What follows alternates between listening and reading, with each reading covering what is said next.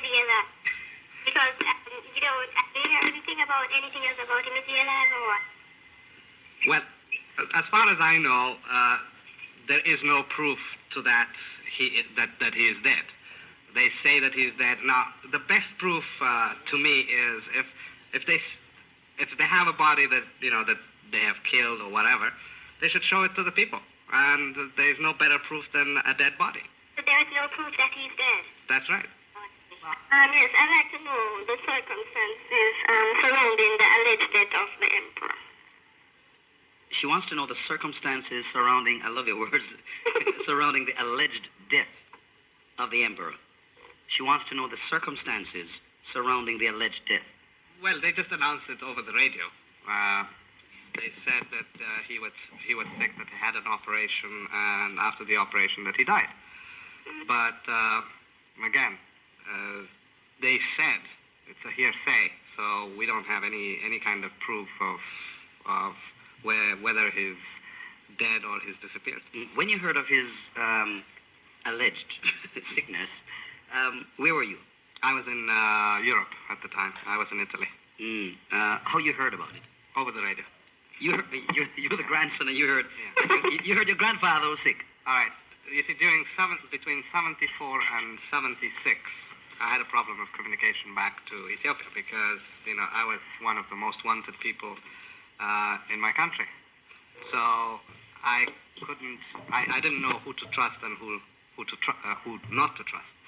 So until I got my communication back, I was only hearing things, but I didn't, nobody told me of facts. Okay, so I got it from the media. Yes, lady. So where was the emperor at this time? He was in the palace. All this time, yeah. So no close relatives of the emperor have nothing more substantial to say on whether he's dead or not? That's correct. You see, His Majesty was deposed in the palace. Was deposed in the palace. Whereas his family was put in jail, in the average jail. So there was no communication between the families. I see. Okay. Thank you very much. Thank you. Yes, I want to go back to a question that I earlier asked by a lady. The question of the circumstances surrounding his death. I'm still at bay, He said that the circumstances surrounding His Majesty, Haile Selassie's death. He said that he had a surgery in the hospital or something like that, died after. But what he keeps repeating is that he's saying, they say, he should have been living at the palace at the time his grandfather died. No, what I want to know is... What's that? What did you say? Was he living at the palace at the time his grandfather died? No, let me tell you, I left in 74 after the Easter proclamation of His Majesty to the United States. So I wasn't there when supposedly he died. Oh, I see. But being a close member of the family... And being in touch with the relatives who are still living there. Yes, then I think he must have had close contact with his so-called death. I mean, seeing him in flesh and so on, I still do not understand when he's saying there's no proof of his death, Sir, I made it very clear earlier on, the best proof for anybody, if a man is dead, the best proof for, to give to people is showing his body. Yes. They did not do that. So therefore, I would be, doing a great injustice if I said the man is dead. I haven't seen anything. Or, the only thing I've heard is that they say that he's dead. So, and in Ethiopia, it's been tradition, if somebody dies, and if it's,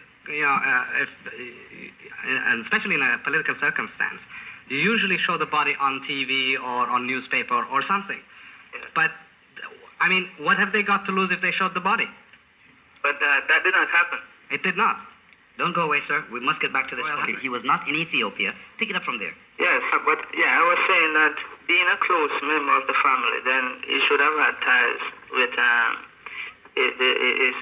his body, So I was saying then, he's saying that they they saying all the time is that they were keeping things secret from everybody, including the family. But how did he feel at the time, of his death? He and his grandson, then you should have wanted to see him, in flesh, even though he's dead. Like I said, the best way to convince any people is if, the military government said that he died, but they did not show any proof. And if there is no proof, how can, for example, I accept that he's dead? Oh, so, that kind of tells me the way you felt. I mean, normally out here, a member of your relative die, you have that feeling you would definitely want to see that person, in flesh, when especially at funeral occasions and things like that. I was just, that was the whole thing I was trying to get at. So when you refer to they, you're referring to the military government? That's correct. Was that it? But let me answer that one question that you said, what is your feeling? Yes. Well, my feeling is that the spirit of Haile Selassie lives. If he's physically dead, I don't know. I see.